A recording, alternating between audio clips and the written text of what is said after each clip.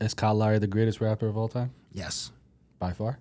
Not by far, but yes, he's the greatest Raptor. Okay, that's fair. That's They like Kyle needs to be the first jersey retired. I mean, I know Vince means a lot to the fan base, but Vince just had a 6-year run, left acrimoniously, and then in the time afterwards, I mean, we've honored Vince a few times, but Kyle, Kawhi, and DeMar should have. I include Kawhi in there, obviously, because he was the Finals MVP. And yeah, there's people saying that we shouldn't retire him. I think we should. We may never get a championship again. Yeah, we should retire a guy who played 1 year here. Yo, yeah. number 2 jersey in the rafter, bro. 7 first, then number 10, and then number 2. How do you feel about Chris Bosh?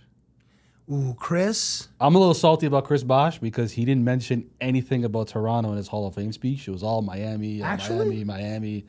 I'm just like the whole thing. I'm like, yeah, this guy he's a Miami guy. He could care less about his time in Toronto. Oh wow, I didn't have to watch that. I know we're recording this where the Hall of Fame inductions were. But Chris Bosh does deserve to have his jersey retired here too, technically, right? You think? Toronto was like a 3-time All-Star. I think he was like All-NBA team here. Like his individual accolades are here. Miami team player, the defender, hitting threes, you know. And I think his all-time popularity is here. Well, yeah, I mean, Chris Bosh with the dreads versus Chris Bosh without dreads, like 2 different guys. That's true. IMO. Chris, I don't know if number 4. He's probably. I think he might. I think they might. He's on the Mount Rushmore. It's Kyle, DeMar, Vince, Chris.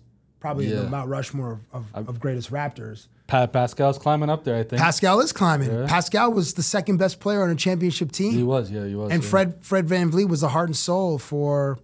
Fred.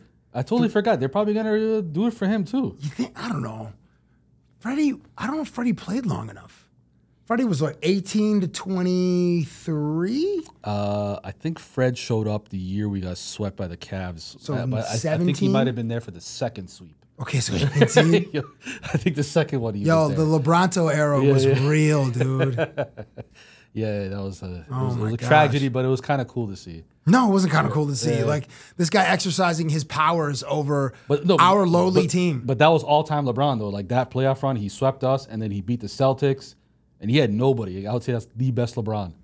And then he lost to the Warriors, but he had like 50 points a game or something like. Yeah, I think game 1 he had 50 we points. Lost honorably. The J.R. Smith moment. I think he had like 50 and 10 or something. To a guy, right? True. Right? Like had LeBron swept us and then the Celtics killed him. No, but LeBron at the height of his powers is like Miami 13 and 14 or 12 and 13. Like when he's shooting 60% from the field. Okay, true. Like playing in the post. Like that guy was, I don't know, what was it, 29, 8 and 8 or something? Like I don't have his stats in front of me, but from what I remember, and my numbers are probably wrong, Brown was dominant. And Eastern Conference was like the Indiana Pacers.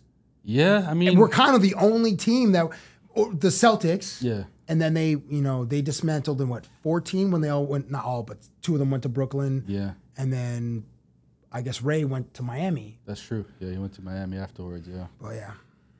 Anyway, Bron, just an unbelievable human.